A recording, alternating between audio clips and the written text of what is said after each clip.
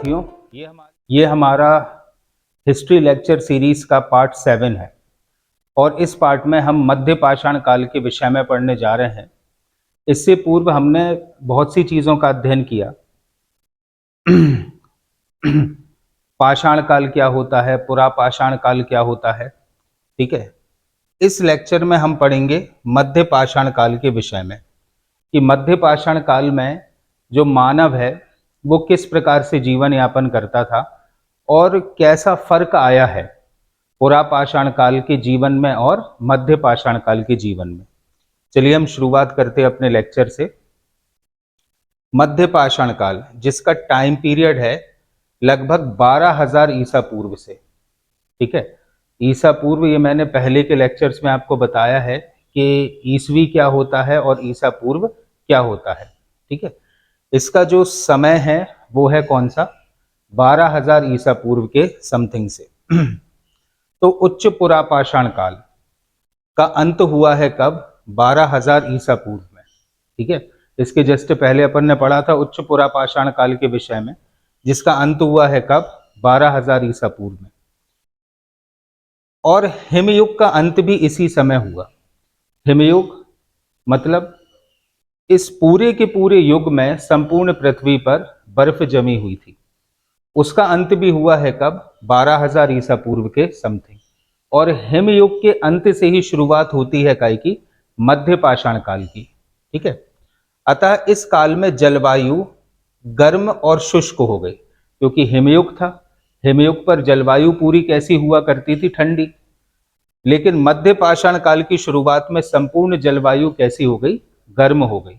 और सूखे वाले क्षेत्र जो हैं ये पृथ्वी पर देखने को मिलने लगे। पेड़ पौधे एवं जीव जंतुओं की स्थिति में भी व्यापक परिवर्तन आया, ठीक है। एवं मानव नए क्षेत्रों की ओर अग्रसर हुआ, ठीक है। पहले जो उसका जीवन स्टैग्नेंट था, किसी एक क्षेत्र में ही कुएं का मेढक बना बैठा था, अब उसने एक्सप्लोरेशन चालू किया क्योंकि हिमयुग का अंत हुआ, ठीक है। और कहना चाहिए जलवायु में शुष्कता आई, तो नए नए क्षेत्रों को खोजने की जो एक क्यूरियोसिटी होती है व्यक्ति के अंदर, यहां जाकर देखे वहां जाकर देखें, ये चीजें शुरू हुई। इसलिए व्यक्ति का पलायन शुरू हो गया। वो एक स्थान पर रुककर नहीं रहा, उसने नए नए स्थानों की खोज करनी शुरू कर दी। प्रस्तर युगीन संस्कृति में 12,000 ईसा पूर्व से 6,000 ईसा पूर्व, कब से कब तक, 12,000 से लेकर 6,000 ईसा पूर्व तक के मध्यवर्ती अवस्था आई, जिसे मध्य पाषाण काल की संज्ञा दी गई है, ठीक है। अब यहां पर एक शब्द है, कौन सा बेटा, प्रस्तर युगीन संस्कृति में। प्रस्तर युगीन संस्कृति का मतलब होता है बेटा स्टोन एज। इस पूरी की पूरी संस्कृति में व्यक्ति काय का यूज कर रहा था, पत्थरों का प्रयोग कर रहा था। तो ये पूरा का पूरा काल जो है पाषाण काल है। तो इस पाषाण काल में 12,000 ईसा पूर्व से लेकर 6,000 ईसा पूर्व तक की जो पूरी की पूरी अवस्था है, इस संपूर्ण अवस्था को ही मध्य पाषाण काल की संज्ञा दी जाती है। जो पूरी की पूरी अवस्था है 12,000 से 6,000 ईसा पूर्व की, ये कहलाती है क्या, मध्य पाषाण काल। इस काल में पुरापाषाण काल एवं नव पाषाण काल के मध्य संक्रमण का काल भी माना जाता है, ठीक है। क्योंकि इसके पहले का काल था कौन सा, पुरापाषाण काल। इसके बाद का काल कौन सा हुआ, नवपाषाण काल। तो पुरापाषाण काल और नवपाषाण काल के ये बीच की अवस्था रही, इसीलिए इसको कहा गया है क्या, मध्य पाषाण काल। है तो वही पूरी के पूरे पाषाण काल ही, स्टोन एज ही है, ठीक है। लेकिन पुरापाषाण काल के बाद का और नवपाषाण काल के पहले का काल है, इसलिए कहलाया ये क्या, मध्य पाषाण काल। इस काल के लिए मेसोलिथिक शब्द, इंग्लिश में इस काल के लिए एक विशेष शब्द यूज होता है, कौन सा, मेसोलिथिक शब्द का सर्वप्रथम प्रयोग हॉडर वेस्ट्रॉक, एक अंग्रेज थे जिनका नाम था क्या, हॉडर वेस्ट्रॉक ने वर्ष 1866 में किया था। किस वर्ष किया था बेटा, 1866 में किया था। मध्य पाषाण काल की जानकारी सर्वप्रथम 1867 ईस्वी में C.L. कार्लाइल, क्या नाम है बेटा इनका, C.L. कार्लाइल ने विंध्य क्षेत्र से लघु पाषाण उपकरणों के खोज के द्वारा की।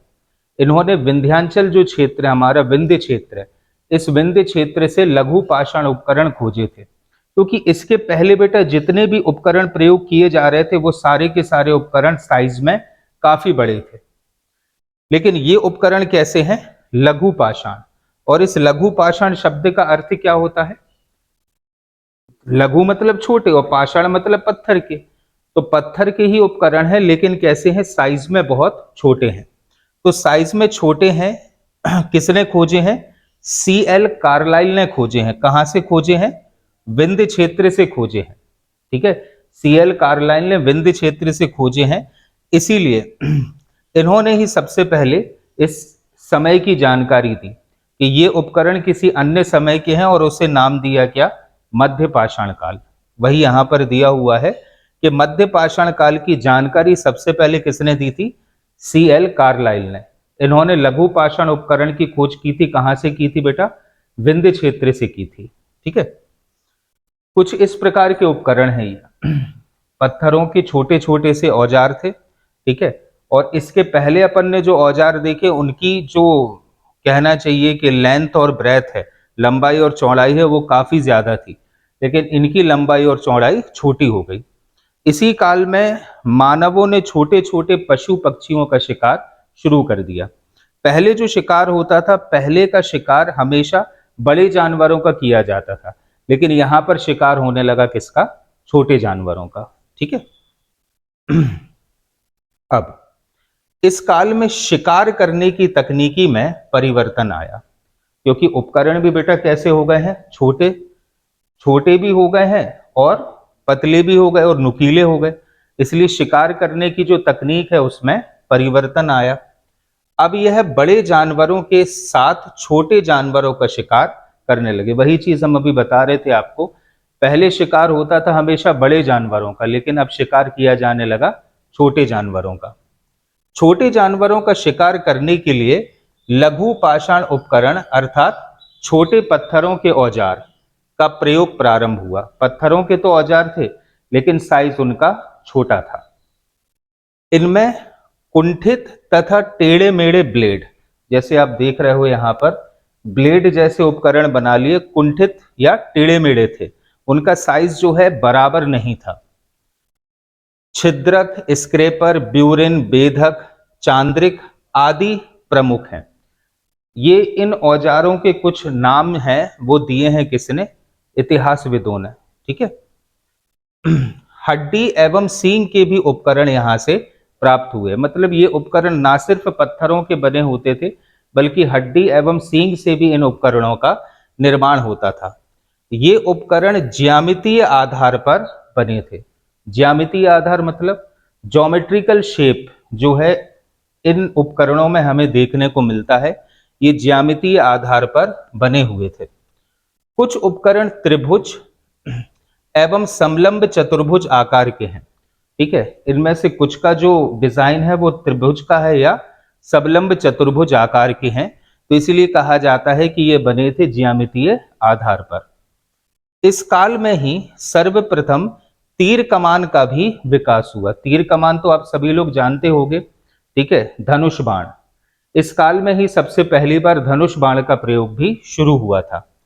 इस काल के स्थलों में कब्रिस्तान का उत्खनन भी अधिक हुआ। मतलब ये लोग जो है शवों को अब दफनाने लगे थे। क्योंकि ये लोग शवों को दफना रहे थे, इसलिए कब्रिस्तान का भी उत्खनन इस काल में हुआ था।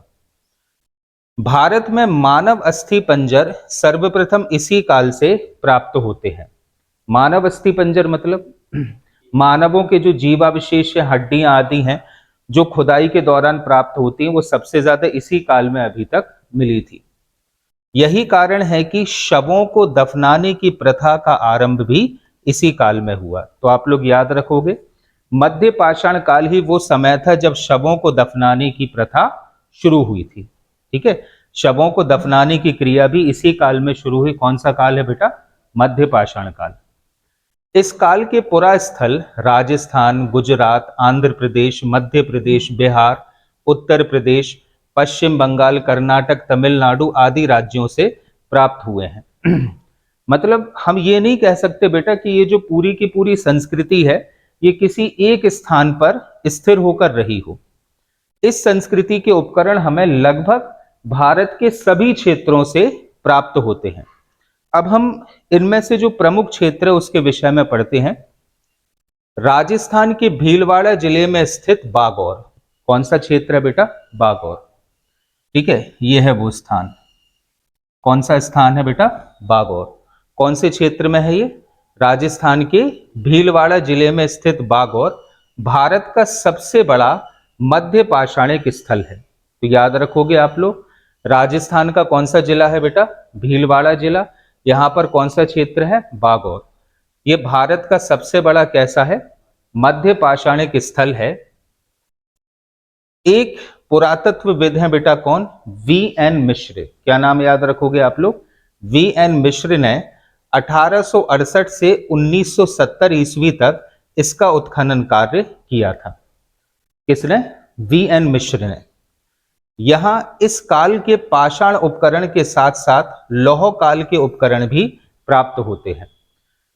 ठीक है, तो पाषाण उपकरण, पाषाण काल मतलब स्टोन एज के उपकरण तो प्राप्त होते ही, साथ साथ में लौह काल के उपकरण भी यहां से प्राप्त होते हैं। यहां से पाषाण उपकरण के साथ साथ मानव कंकाल भी प्राप्त हुआ है और यहीं से प्राचीनतम पशुपालन के साक्ष्य भी मिले हैं। ठीक है, और क्या क्या मिला है? पाषाण उपकरण के साथ साथ मानव कंकाल भी मिले हैं, साथ ही साथ पशुपालन के प्राचीनतम साक्ष्य भी यहां से मिले हैं। कहां से बेटा? बागौर से। कहां आता है बागौर? राजस्थान के भीलवाड़ा जिले में। और भारत से प्राप्त मध्य पाषाण काल का सबसे बड़ा स्थल है कौन सा? बागौर। ठीक है, फिर से अपन लोकेशन देख लेते हैं। ये लोकेशन है बेटा किसकी? बागौर की। ठीक है, मध्य पाषाण कालीन स्थलों में बागौर और आदमगढ़। आदमगढ़ कहां है? मध्य प्रदेश में। कहां? नर्मदापुरम वाले क्षेत्र में। तो बागौर और आदमगढ़ से पशुपालन के प्राचीनतम साक्ष्य प्राप्त होते हैं, अर्थात पशुपालन का प्रारंभ मध्य पाषाण काल के अंतिम चरण में शुरू हुआ। कब प्रारंभ हुआ है बेटा पशुपालन? मध्य पाषाण काल के अंतिम चरण में। पहला प्रमाण बागौर और आदमगढ़ से हमें देखने को मिलता है। फिर दिलवाड़ा क्षेत्र। आप सभी लोग बहुत अच्छे से जानते हो कि ये जो दिलवाड़ा क्षेत्र है ये अपनी जैन मंदिर के लिए फेमस है। कहां पर आता है ये? इस तरफ। ठीक है, हाँ वही कहना चाहिए कि गुजरात से जस्ट ऊपर राजस्थान वाले क्षेत्र में अवस्थित है। तो दिलवाड़ा दो सांस्कृतिक चरण के अवशेष यहां से प्राप्त होते हैं। मतलब किसी एक चरण नहीं अपितु दो चरणों के अवशेष यहां से प्राप्त होते हैं। कहां से? दिलवाड़ा से। कैसे? प्रथम चरण में सूक्ष्म औजार यहां से प्राप्त हुए। पहली बार जब खुदाई हुई तब यही लघु पाषाण उपकरण यहां से प्राप्त हुए। कहां से बेटा? दिलवाड़ा क्षेत्र से। द्वितीय चरण की यदि हम बात करें तो चाक निर्मित मिट्टी के बर्तन एवं लोहे के टुकड़े यहां से प्राप्त हुए। तो प्रथम चरण की जब खुदाई होती है तब हमें मिलता है क्या? लघु पाषाण उपकरण, जो खासियत है किसकी? मध्य पाषाण काल की। दूसरे चरण की खुदाई में यहां से चाक निर्मित मिट्टी के बर्तन प्राप्त हुए। मतलब यहां की संस्कृति और ज्यादा विस्तृत थी। ठीक है, और लोहे के उपकरण भी यहां से प्राप्त हुए। इसका मतलब है कि ये जो दिलवाड़ा क्षेत्र है ये अकेले मध्य पाषाण काल तक आबाद नहीं रहा। मध्य पाषाण काल के बाद भी जो संस्कृति बनी है उस संस्कृति में भी आबाद था कौन सा? दिलवाड़ा क्षेत्र। फिर गुजरात में स्थित लंघनाच। ठीक है, कौन सा स्थान है बेटा? लंघनाच। ये है कहां पर आता है? गुजरात। गुजरात में स्थित लंघनाच इस काल का महत्वपूर्ण पाषाणिक स्थल है। इसका उत्खनन कार्य एच.डी. सांकलिया, अब आप लोग तो जानते ही होंगे एच.डी. सांकलिया के लिए B Subba Rao, A R. Kennedy आदि पुराविदों के द्वारा कराया गया। ठीक है, यहां लघु पाषाण उपकरण के साथ पशुओं की हड्डियां, कब्रिस्तान तथा कुछ मिट्टी के बर्तन भी प्राप्त हुए। क्योंकि शवों को दफनाया जाने लगा था इसलिए कब्रिस्तान भी मिले हैं यहां से। पाषाण उपकरणों में फ्लेक उपकरण ही अधिक थे। मतलब फ्लेक अपन ने देखा था, ये ब्लेड जैसे उपकरण होते थे, बस इसमें धार एक ही तरफ होती थी। फ्लेक उपकरण भी अधिक हैं। यहां से 14 मानव कंकाल भी प्राप्त हुए हैं। कौन सा स्थल है बेटा? लंघनाज। ठीक है। आंध्र प्रदेश में नागार्जुनी कौंड, आंध्र प्रदेश वाला स्थल है, ये है नागार्जुनी कौंड। आप लोग याद रखोगे, बहुत इंपॉर्टेंट स्थल है। कौन सा है बेटा? नागार्जुनी कौंड। तो आंध्र प्रदेश में नागार्जुनी कौंड, गिद्धलूर तथा रेनीगुंडा, गिद्धलूर और रेनीगुंटा, ये है रेनीगुंटा, ये स्थल हो गए कौन से? आंध्र प्रदेश के। ठीक है। आदि प्रमुख स्थल हैं जहां से मध्य पाषाण काल के उपकरण प्राप्त होते हैं। क्लियर है? पुरातत्वविद हैं कौन बेटा? आरबी जोशी ने 1964 में मध्य प्रदेश के होशंगाबाद, जो कि अब क्या हो गया है? नर्मदापुरम जिले में स्थित आदमगढ़ शैलाश्रय, कौन सी गुफाएं हैं बेटा? आदमगढ़ की, से 25,000 लघु पाषाण उपकरण प्राप्त किए हैं। कितने? 25,000। इसका मतलब है कि ये जो आदमगढ़ क्षेत्र, ये बहुत ज्यादा आबाद रहा होगा। किस काल में? मध्य पाषाण काल में। यहां से पशुपालन के प्राचीनतम साक्ष्य भी प्राप्त हुए हैं। कहां से? आदमगढ़ से। ठीक है। राजस्थान का कौन सा क्षेत्र था? बागौर।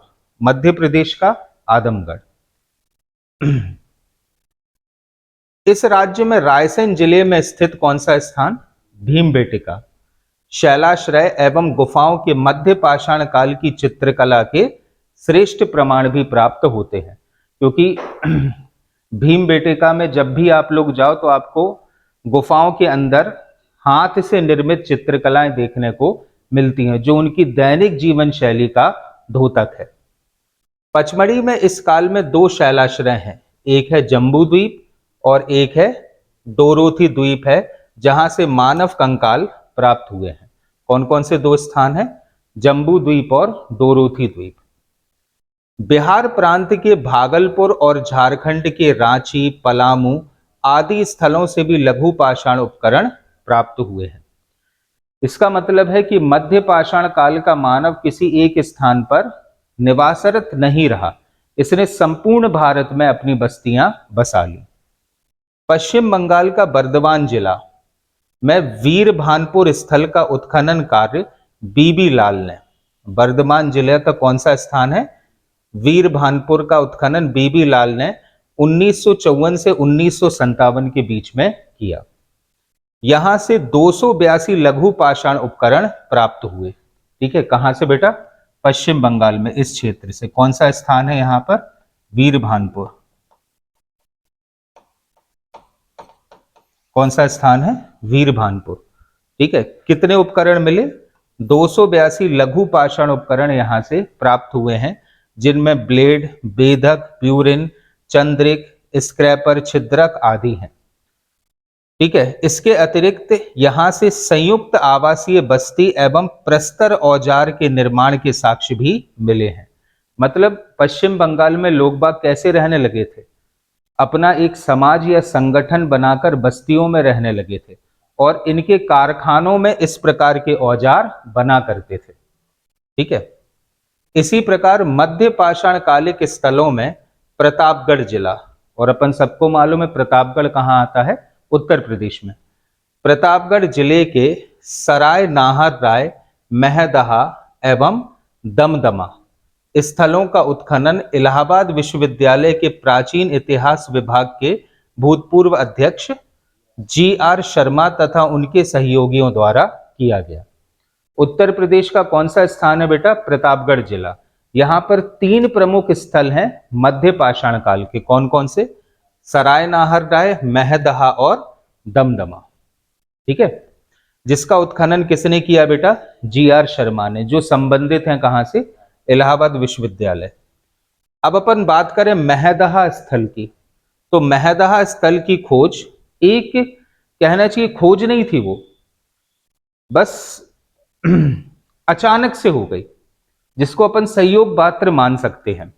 तो महदहा स्थल की जो खोज है, ये शारदा सहायक नहर परियोजना की जौनपुर नहर शाखा को चौड़ा करने के दौरान अपने आप ही हो गई, और पूरा स्थल ही धंस गया। स्थल धसा, जब उस नहर को चौड़ा किया जा रहा तो पता चला कि भैया यहां तो एक संस्कृति थी, एक बहुत ही रोचक संस्कृति थी। कहां पर? महदहा पर। तो शारदा नहर के चौड़ीकरण के दौरान महदहा नामक स्थल खोजा गया था। यहाँ के अधिकांश नर कंकाल कट गए थे। जब उसको चौड़ा कर रहे थे तो मशीनें एवं कलपुर्जों का प्रयोग किया होगा, तो जो नर कंकाल वहां पर पड़े हुए थे वे कट चुके थे। जी.आर. शर्मा ने महदहा के 3 क्षेत्र, एक हो गया झील क्षेत्र, एक बूचड़ खाना और संकुल क्षेत्र एवं एक कब्रिस्तान निवास क्षेत्र का वर्णन किया है। मतलब महदहा का जब सर्वेक्षण हुआ तो वहां पर 3 अलग अलग प्रकार के स्थल मिले। कौन कौन से है? एक झील क्षेत्र हुआ, एक बूचड़ खाना हुआ, बूचड़ खाना जहां पर पशुओं को काटा जाता था, और एक कब्रिस्तान वाला क्षेत्र महदहा से मिला। बूचड़ खाने क्षेत्र से बहुतायत मात्रा में पशुओं की हड्डी एवं सींग निर्मित उपकरण व आभूषण प्राप्त हुए हैं। तो वहीं पर पशुओं को काटा जाता था और उनकी हड्डियों से औजार एवं आभूषण आदि बना दिए जाते थे। ठीक है। फिर एक अन्य प्रमुख स्थल है बेटा, कौन सा? सराय नाहर राय। ठीक है, ये भी प्रतापगढ़ जिले में ही स्थित है। तो सराय नाहर राय की खोज केसी ओझा ने की थी। सराय नाहर राय किसने खोजा था?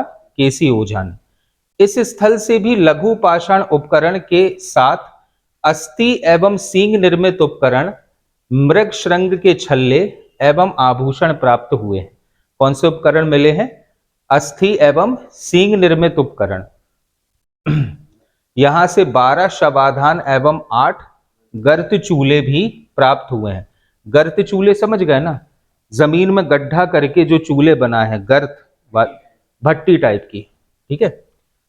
शवाधान से तत्कालीन मृतक संस्कार विधि का ज्ञान प्राप्त होता है।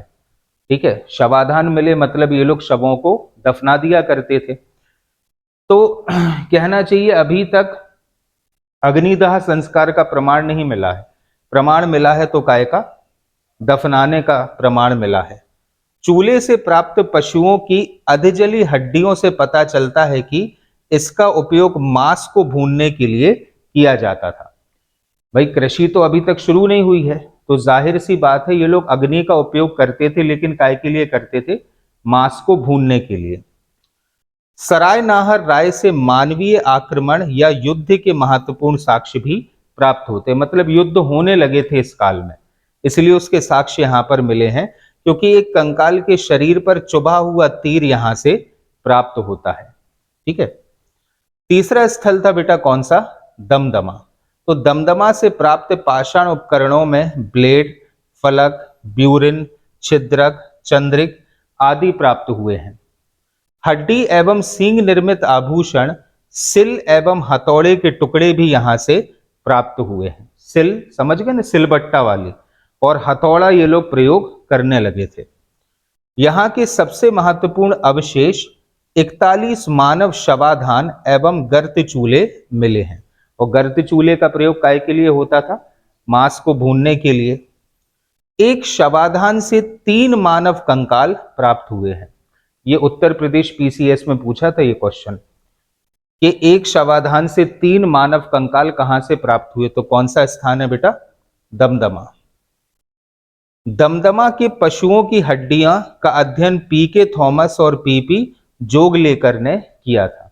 बहुत सारे इतिहासविद लगते हैं किसी भी स्थान का सर्वेक्षण करने के लिए और उस सर्वेक्षण के आधार पर पर्याप्त प्रमाण प्रस्तुत करने के लिए। ठीक है, तो ये चीज आपको याद रखना है कि कौन सा स्थान किस व्यक्ति ने खोजा था। अन्य मध्य पाषाणिक स्थलों में कर्नाटक के बेल्लारी जिले में स्थित संगनकल्लू। ठीक है, कर्नाटक के बेल्लारी जिले में स्थित यहां पर आएगा ये वाला स्थान कौन सा? संगनकल्लू। ठीक है, एवं टेरी स्थल, ये तमिलनाडु के तिरुनेलवेली जिले में आता है। यहां से भी लघु पाषाण उपकरण प्राप्त होते हैं। तो लघु पाषाण उपकरण एक्चुअली प्रमाण हो गए हैं काय का? मध्य पाषाण काल का। टेरी स्थल वस्तुतः बालू का स्तूपों पर पाए गए पुरास्थल हैं। ठीक है, यहां पर क्या होता था बेटा? यहां से जो तमिलनाडु से स्थान मिले हैं, ये बालू का स्तूप, मतलब जो बालू होती ना, रेत, रेत के स्तूप यहां से मिले हैं, पर्टिकुलरली जो हवाएं आदि चलने से बन जाते हैं। ठीक है। जो तमिलनाडु के पूर्वी तट पर तिरुनेलवेली में वायु जनित निक्षेपों से निर्मित बालू के टीले हैं। ठीक है। तो तमिलनाडु में याद रखना बेटा, मध्य पाषाण काल की खासियत ही क्या है, यहां से बालू का स्तूप हमें प्राप्त हुए हैं, जिन्हें स्थानीय भाषा में क्या कहा जाता है, टेरी। इसलिए यहां से प्राप्त मध्य पाषाणिक स्थलों को टेरी टेरी स्थल भी कहते हैं। क्या नाम दिया गया यहां से तमिलनाडु से प्राप्त स्थलों को, टेरी टेरी स्थल। इन स्थलों की खोज रॉबर्ट ब्रूस फुट के द्वारा की गई है। बुश नहीं है, ये है ब्रूस, रॉबर्ट ब्रूस फुट के द्वारा की गई है। इस प्रकार मध्य पाषाण काल में मानव प्रकृति पर ही आश्रित था। ठीक है। मध्य पाषाण काल का ये जो पूरा टाइम पीरियड है, इसमें भी मानव का जीवन स्थायी नहीं हुआ था। अभी भी वो खाना बदोश ही था और पूर्ण तरीके से प्रकृति पर ही आश्रित था, और मुख्य रूप से वह शिकार करता एवं खाद्य संग्राहक बना हुआ था। तो अभी भी वो पशुओं को मार रहा था और उनके मांस को खाद्यान्न के रूप में संग्रहित किए हुए था। इस काल के अंत तक मानव बर्तन बनाना, पशुपालन करना और कृषि कर्म करना प्रारंभ कर दिया था। कुछ स्थानों पर ये चीजें प्रारंभ हो गई थी, लेकिन हर एक स्थल पर हमें इतनी सारी मतलब कृषि कार्य करना, ये सब चीजें देखने को नहीं मिलती। कुछ स्थानों पर इसका प्रारंभ हो गया था। भीम बेटिका कहां पर, मध्य प्रदेश, रायसेन, आदमगढ़, लाखा जुआर, मुरहाना पहाड़ आदि स्थानों में पत्थर की गुफाओं की दीवारों पर बनाए गए चित्रों और नक्काशियों से मध्य पाषाण युग के सामाजिक एवं आर्थिक क्रियाकलाप से संबंधित जानकारी हमें मिलती है। क्लियर है। सराय नाहर राय कहां, उत्तर प्रदेश, महदहा की समाधियों से इस काल के लोगों के अंत्येष्टि संस्कार विधि के संदर्भ में हमको ज्ञान मिलता है। ठीक है। इस प्रकार के कुछ चित्र हैं जो सामने आए हैं इन स्थानों से। इस प्रकार का शवाधान जो है यहां पर हुआ करता था। वे मृतकों को समाधियों में गाड़ते थे एवं खाद्य पदार्थ, औजार व अन्य सामग्रियां भी रखते थे, जिससे उनके लोकोत्तर जीवन में विश्वास के बारे में भी पता चलता था। मतलब अकेले ये मानव शवों को दफनाते भी नहीं थे, बल्कि इन शवों के साथ जो जरूरत की अन्य सामग्री है, वो सामग्री भी शवों के साथ रख देते थे, जिससे हमको जानकारी मिलती है कि ये ना सिर्फ अहलौकिक जीवन पर विश्वास करते थे, बल्कि पारलौकिक जीवन पर भी इनका अटूट विश्वास था। तो इतना बेटा आपको याद रखना है किसके विषय में, मध्य पाषाण काल के विषय में। आज के लेक्चर में बस इतना ही। धन्यवाद।